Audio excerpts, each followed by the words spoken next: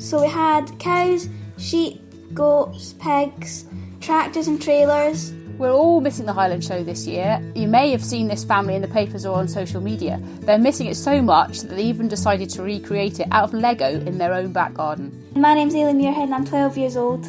My name's Hamish Muirhead and I'm 8 years old. There was an arena where there was the guy with the dogs. There was I think it's the West Stage, and there was a band playing. What about the bit that Hamish would like to... What was your bit that you set up? I set up the car park, as well as the climbing wall, which was on one of our walls. There was like a pizza van as well.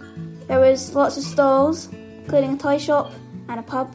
I'm Lorna Muirhead, and so we posted the pictures at the end of the day to the Highland Show's Facebook page. So then next thing we have a photographer from the Press Association taking pictures and a reporter taking a story, and then it just went sort of snowballed from there.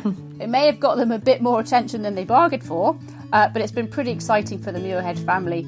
Also, it sets us up really nicely for what we're talking about in this edition of OnFARM. Yeah, I'm going to be very sad then, because you might not meet people that you usually meet, because at the Highland Show they might be there, you might meet new people.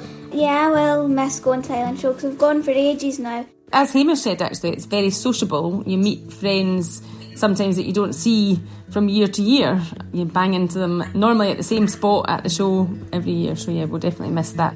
This second episode, in partnership with RHASS, the Royal Highland Agricultural Society of Scotland, explores all the ways in which the Highland Show provides a vital social glue for so many of us in rural Scotland. We'll all be badly missing friends and loved ones, many of whom we only physically see once a year at Ingliston over those 4 days in the summer. In a minute, we'll bring in 2 social connection experts, people who can tell us why physically meeting friends really matters, and who know all about the social magic that can take place at the show.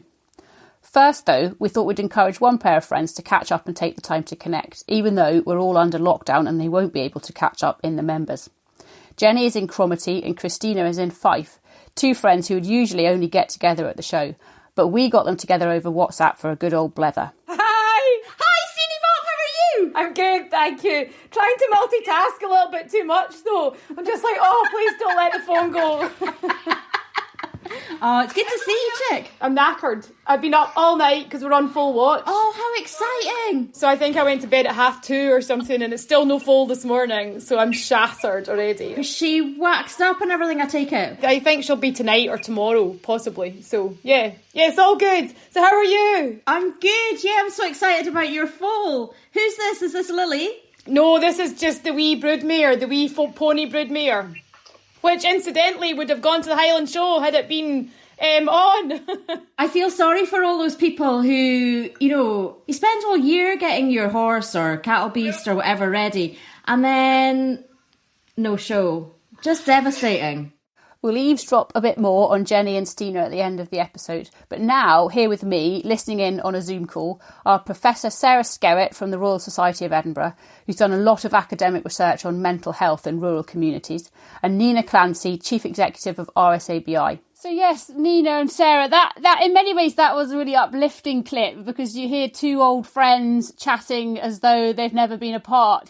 But of course, the reality is that actually for those two ladies, they live at the opposite end of the country, and they do genuinely only ever have an opportunity to catch up at the Highland Show, as do many people.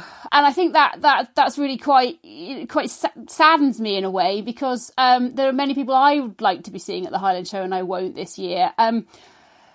Nina, perhaps we'll kick off speaking to you, if that's okay. What do you think this means for people that are not having the opportunity to have this social interaction that they rely on every June? It's going to take a huge getting used to.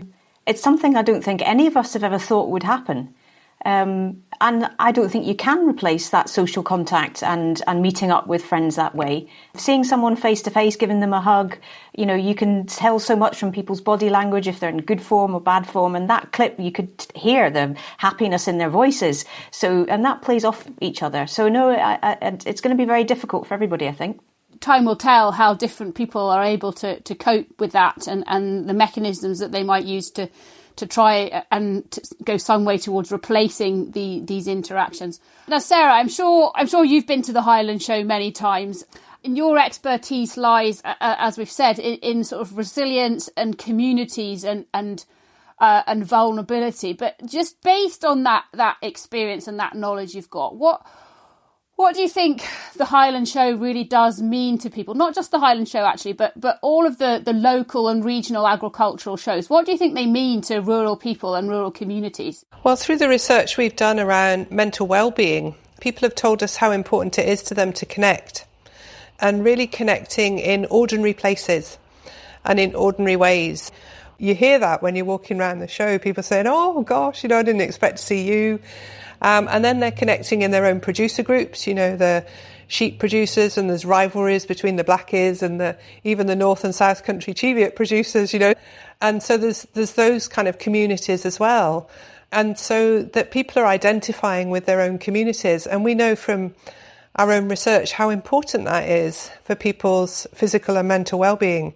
So, it's going to be a real miss for folk, and people find other ways to connect. But really it is about that connection across Scotland, not only the Highland Show, central though that is for hundreds and thousands of people, but their own local shows as well, and competing as well with each other in a very healthy way. And the rivalries there are absolutely brilliant, and you can see them in the ring, and then you see them having a pint afterwards, and it's absolutely brilliant, absolutely brilliant. Yeah, intense rivals, but the best of friends 2 minutes later. I've also worked on different stands, so I had a few years with the National Rural Mental Health Forum, and RSABI is a member of that forum, and we have people really opening up there, and there's a couple of stories of people really opening up. The Highland Show and other shows offer that opportunity for people, if they want, to be incredibly open, and again, that might be the only time in a year that they are. There was one, I hope I can tell it without crying because it really moved me. There was this old farmer who came up and he stood at the front of the tent because it's labelled the National Rural Mental Health Forum. And he stood there for a while, and, obviously you'd judge whether to go up to someone or not, and I didn't. And he came over and he started talking to me and then said that he tried to take his life. And you listen and, try and understand. And he said if it hadn't been for his dogs, he wouldn't be there. And he said he walked up the hill with his gun, and the dog put his head on his knee, and that's what stopped him. And you don't know what to say, but thank goodness he was able to talk about it.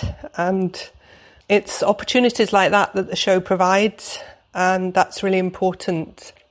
Whereas in your own community, you're very well known. The Highland Show and other shows less so, but the Highland Show particularly give that opportunity to be anonymous, as well as connecting with those you love and can't wait to see again. So I think it has that wonderful mix that allows people to open up when they want to address stuff, and to fully relax and have a good laugh. So it offers so much for people. Yeah, wow. Gosh, Sarah, where do we go from there? That was phenomenally moving, and I think just emphasises what, yes, for some people, the Highland Show is about drinking Pimm's and having a laugh, and we should never dismiss that, because that is crucially important for people. But for others, the Highland Show and other regional and local shows are hugely important for that, as you say, that opportunity to be a bit anonymous and be able to open up. It's important that people are there to speak to, and it's amazing that the strength of character in order for someone to be able to do that. I love the shows and events locally because of the happiness that a lot of people feel as a result of going. So they might not be in great form when they start the day, but by the end of the day and they're leaving, they've got a bit more of a spring in their step. They might have shared a problem with someone else and realise they're not in the same boat. They might have shared a funny story or experience, and that's caused great hilarity. Or quite often, farmers as well, that they've heard some poor unfortunate story and taking a bit of a smile out of that as well. I'm going back to what you're saying about the livestock lines. I mean, there's incredible camaraderie. They look after each other's stock and then they're competing against each other the next day. Also, the thing with the Highland Show, it's the creme de la creme. You know, there's a certain pride in the community showing off the best livestock, the best food and drink, the best Scotland's got to offer. So when they're getting real down in the dumps with being blamed for climate change or for all the issues that vegans are raising, it's a sense of a common pride and there's a real lifting of spirits as a result of that. And just when you're walking around and seeing kids getting involved with agriculture, you just get a sense of the future and it makes everybody smile, to be fair. I think that's brilliant. When you see the wee ones in their starched white overalls, bringing out some stock as well, I think that's awesome. And then you'll see the grandparents with them as well, grandfather or grandmother with them, sometimes in the ring as well. And you just think that's fantastic. That multiple generation thing going on and the respect both ways. I think that's absolutely brilliant. I suppose it just emphasises as well that many people, when we hear the word community, we think local, don't we? But actually, community is local. It's your local village, your local show, your local county. But actually, your community can also be scattered throughout the whole of Scotland. Your community could be the people that you meet up with in the sheep lines. They're your sheep showing community. You might have an equine community. And so it just shows that actually, times like this, we're missing those communities as well as just the person we chat to at the post office down the road. Which again, I think not many people perhaps give much thought to. Absolutely. And in research terms, we talk of communities of place and communities of interest, which possibly takes some of the passion out of what you were just saying. But those communities of interest are multi-layered, so you can be in a different breeders' society, but you also have multiple interests around that.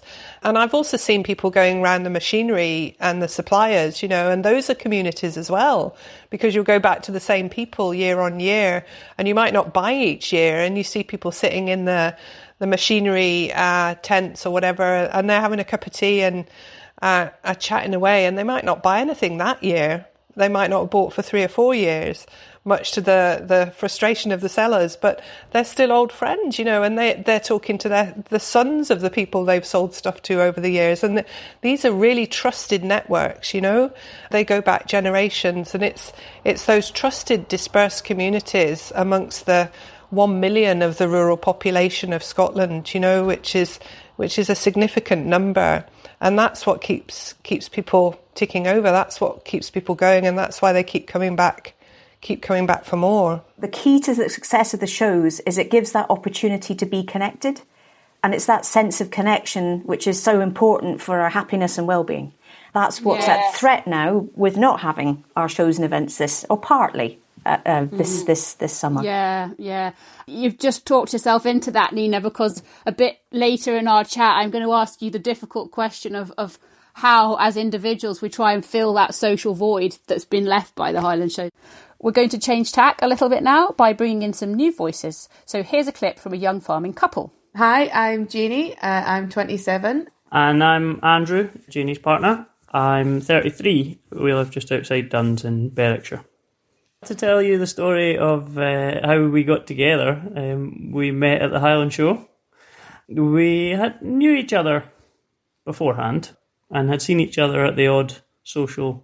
we were in the same Young Farmers Club. We were in Resting Young Farmers together, and you were really good friends with my cousins, and you'd been to Australia with my cousins as well. And but you and I didn't really know each other that well.